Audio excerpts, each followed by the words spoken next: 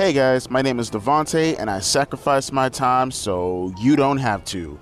So let's get directly into this because I don't want to really waste any time. I found this transcript from Conan's podcast and I feel like it's a very interesting conversation to have because no one really is talking about this and no one really has the balls to admit it or say it out loud. So I'm going to take a little bit of a different detour from our friend Conan. He's right, but go a little bit further than what you're talking about, Conan. So he says... and he's talking about Ring of Honor, and well, let me read the title for you guys. Tony Khan advised to stop booking ROH for hardcore marks. Again, coming from Ringside News, but it's a transcript, so shouldn't be too much harm. Conan says he's a Ring of Honor fan, grew up watching it, and now he bought it.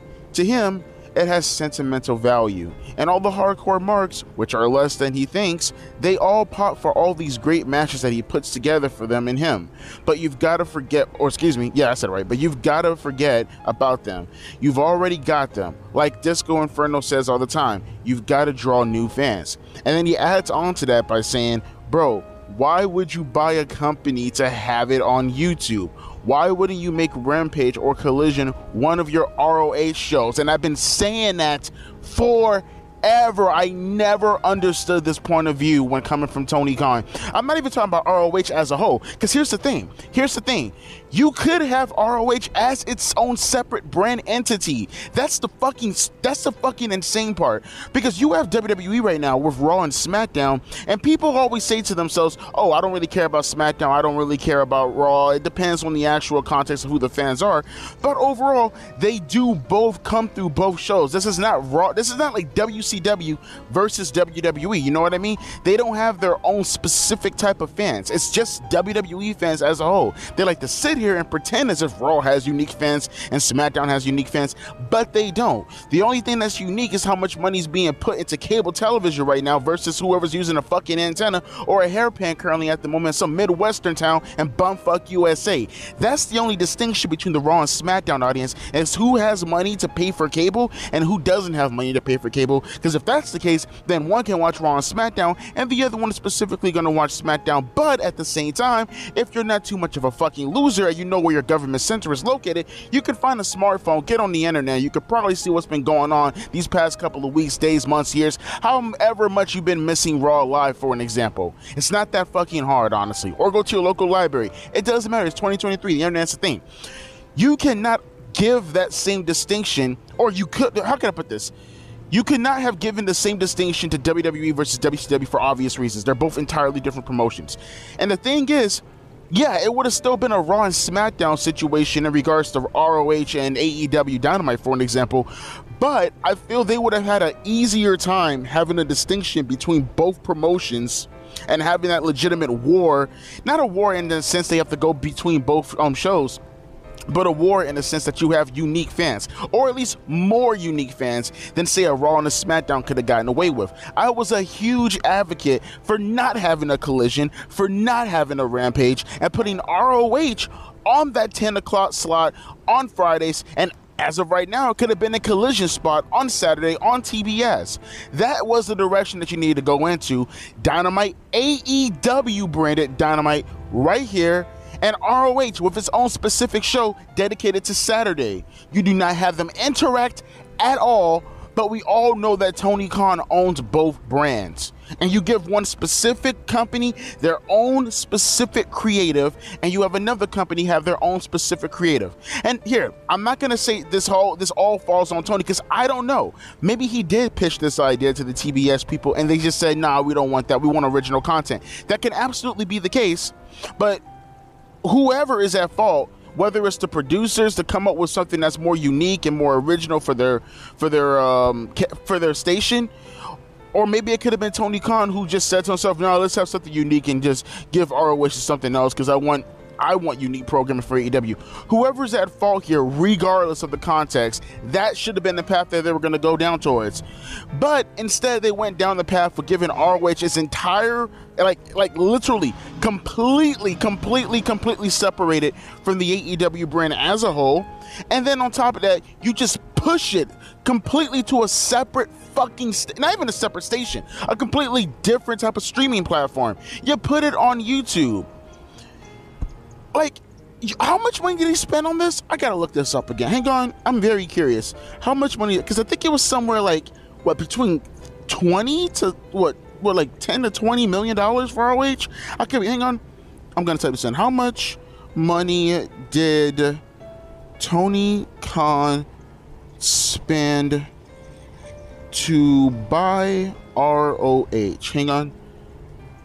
How much money did it cost? Okay, hang on, I'm looking this up right now.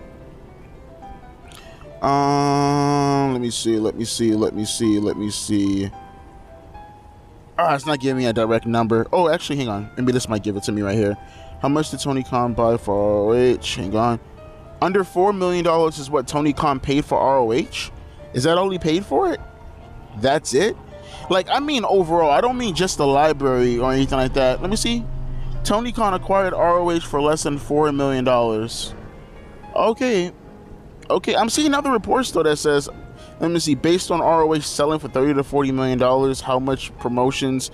Let's see, but that was back in March though. I mean, okay, so I'm just gonna take it for, I'm gonna say that Tony Khan actually purchased it for $4 million. If that's the case, at the very least, at least you didn't break the bank for it. I mean, I still think $4 million may be a little bit too high considering the position ROH was in the time, but okay, fine. At least you didn't spend a shit ton of money. I thought it was like $20 million, something like that. And people said it was between $30 to $40 million. I feel as if I actually did say that number when I first reported ROH being bought out, you know, a couple of years ago. But whatever the case may be, regardless of all the information that we have right now, I mean, obviously right now, what can we say, right? It's in the rear view. All of this right now is just hindsight 2020. I mean, actually, I wouldn't say that because it was pretty fucking, you know, common sense, but whatever. Right now, though, we're in a position where what the fuck? ROH, you have your own fans. This is not me saying it. Now, people are going to be like, oh, Devontae, you're just hating Curly. No. Shut your stupid mouth, okay? Take those dick lips and shut those dick suckers you call lips, okay? No, that's not me saying that. That's his own fans saying that. You can look through social media all the time. You can hear his own fans constantly complaining whenever he brings ROH talent to do something on AEW television, or when they have the ROH title on the line on AEW television. Now, I get it. At the end of the day, he's a businessman. He doesn't want those. I mean, he may be a billionaire, but $4 million is still a lot of fucking money. And I get it. He doesn't want to make it go to waste. He wants to do something with the ROH brand. I get that, but is this really the proper way to go? Is this really the proper way to go? It's like he wanted to eat his cake. See, if you ask me, now granted, it could very well be a situation where, like, again, ROH or not ROH, but the Turner Broadcasting family just simply didn't want to pick up AEW. But something tells me that Tony Khan really thought I'm just throwing it out there. I very much well could be wrong. I'm probably wrong. I don't know, but just a little bit of an inkling, just kind of, you know, gauging the kind of person that Tony Khan is. I wouldn't be surprised if he kind of thought to himself that, hey, I'm doing all this, we have all this fanfare, let's try to give all these shows their own separate type of time slots for, you know, I got it for Dynamite, I could damn sure get it for ROH, I'm gonna get it for Rampage, I'm gonna get it for, I wouldn't be surprised if he really thought that he could, like, really go out of his way to really spread AEW thin to try to compete with WWE, which is fucking insane, because I think NXT at this point is probably getting higher ratings than Dynamite damn near. But my point being is, though, this is an L venture, Tony. This is an L. Call it an L. No one cares for ROH right now. Tell me, it's already bad enough that I look at professional wrestling and I look at WWE and AEW and I really see no difference whatsoever. What I see from AEW is literally taking what WWE is currently doing with the consistent fucking wrestling and just blowing it up times 10. That's it. It's blowing it up times 10. You don't get a lot of wrestling all the time for an episode of SmackDown, but Raw you kind of do because it's 3 hours. You do. People say, oh, we don't get enough wrestling. We only got like 45 minutes. We got 45 minutes of wrestling.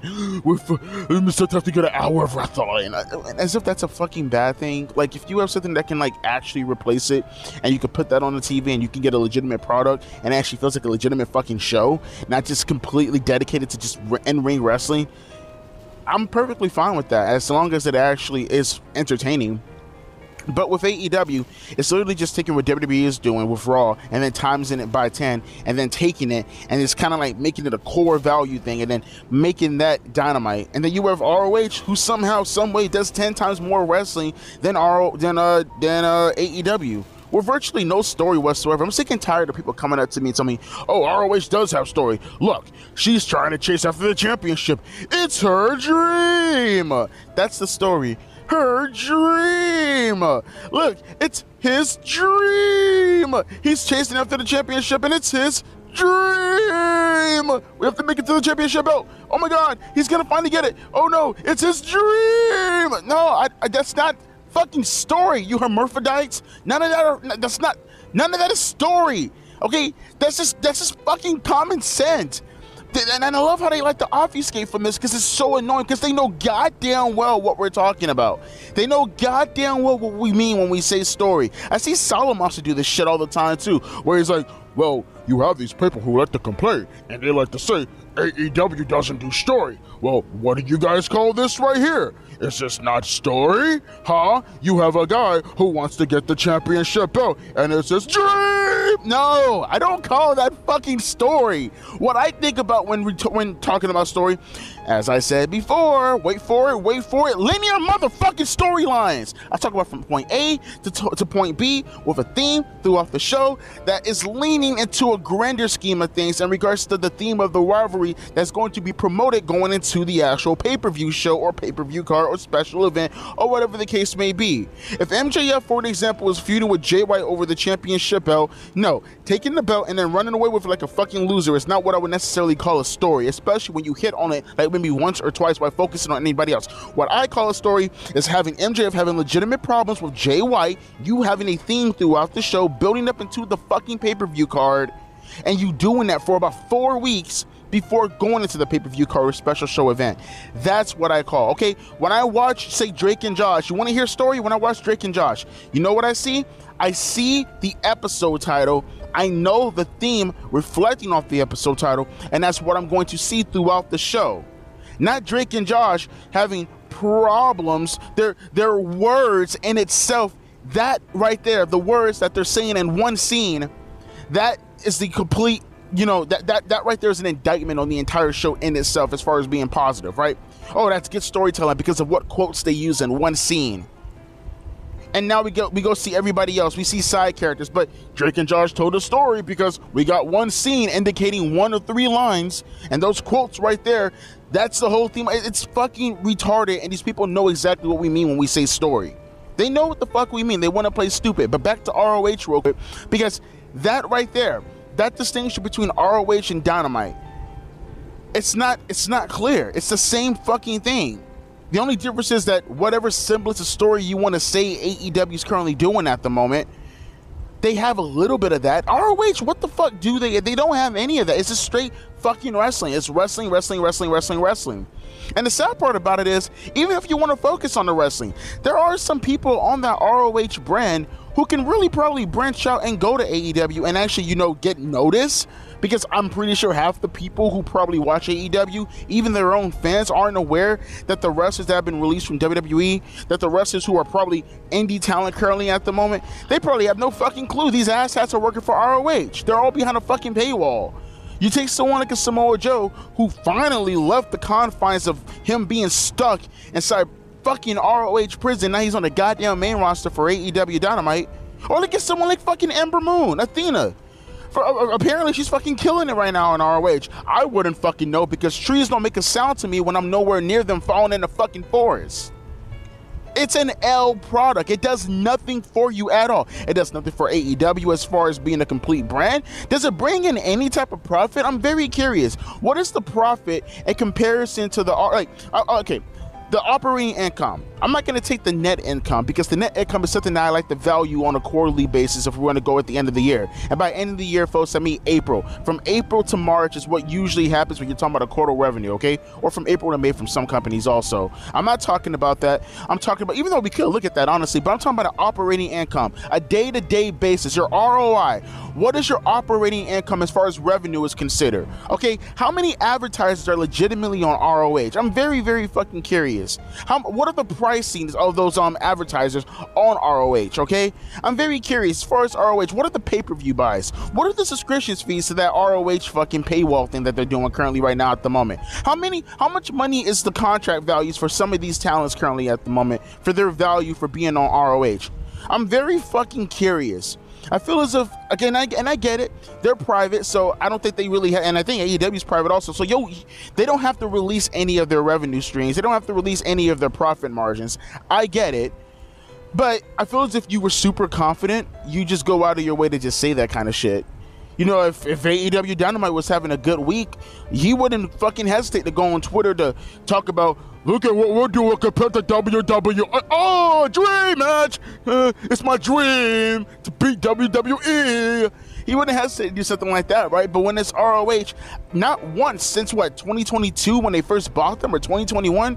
I can't even fucking remember. I think it was 2020. I can't even fucking remember when he bought ROH. Not one time have I seen him yet give us any kind of inclination that ROH is doing something positive currently at the moment. Like, you tell me, did you guys see anything? No?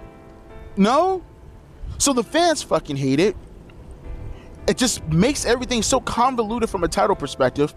I'm pretty sure the wrestlers don't want to be on that show compared to want to be on Dynamite. More exposure, more popularity, and more money. I'm pretty sure none of your investors give a fuck about ROH. Like, Tony, I'm happy that all you spent was $4 million, because at the end of the day, that is cheap. Again, I still think you got lowballed a little. I mean, I still think they kind of got you a little bit. You could have probably went a little bit lower considering that it's fucking ROH. But at the same time, though, that's fine. That's fine. I probably would have spent money for their library. But if you're in that position currently at the moment, dude, $4 million is all you spend on it? Fuck it. You got the library. Call it an L. Oh, Devontae, what about the talent that's currently, you know, wrestling on ROH at the moment? Fuck, damns the breaks, bro. Damns the fucking breaks. Okay, Triple H right now could probably take some of the talent that actually means something and put them to work. And for some of the people who are wrestling in ROH right now at the moment, and they're going to lose their jobs, look, I'm sorry, man. Do I want them to theoretically lose their jobs? No. I will hope that there are more open positions for them to thrive in within AEW. Whether you're talking about a coaching position, a producer position, an agent position. Hopefully they went to college. They could put their degrees to work, and they could work in the corporate structure of AEW. If that's not the case, then go try your luck in Impact Wrestling. I mean, what's really the difference between Impact Wrestling and ROH? I will argue that Impact Wrestling has more relevancy than ROH, which is saying something. New Japan Pro Wrestling is right there also. There are plenty of indie bookings you could be doing. WWE currently right now, I'm pretty sure would love to have you for NXT. Like, there are plenty of places you can go to work and still apply your craft. Because in the end of the day, I mean, if you're still stuck in ROH mid-card hell, if you're stuck in ROH mid-card hell, then, I mean, shit, you're going to be lost in the process anyways, whether you lose your job or not, right? So who the fuck cares? It's like taking, we're taking Old Yeller out, backyard style, gun to the back of the head and just pulling the trigger at the end of the day, right? I mean, I know that sounds kind of fucked up to say, but I mean, am I lying? Being real, okay? It's like saying ROH is a failed fucking product. Just being real. The wrestlers who are currently in mid-card hell in ROH, if you're in mid-card hell in ROH, all I'm doing is just putting you out of your fucking misery anyways, okay? But let me hear your thoughts and comments down in the comment section below. I agree with some of the sentiments that Conan is saying, but go a little bit farther. Don't tell me that, hey, you know, maybe they should start focusing on the marks. No, fuck that, okay? Get rid of the fucking promotion as a whole and put your focus on Dynamite.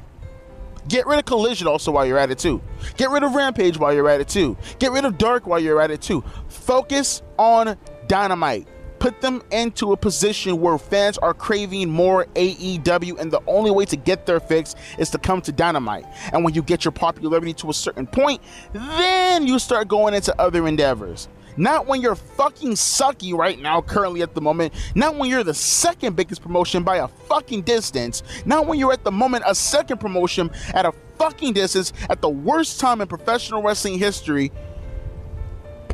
Like, what the fuck are we doing here? Okay, what the fuck are we doing here? Again, happy that you paid a low amount for it in the grand scheme of things, I guess. But take that low amount and just call it an L, buddy. Okay? I bought in plenty of food that I dropped on the floor.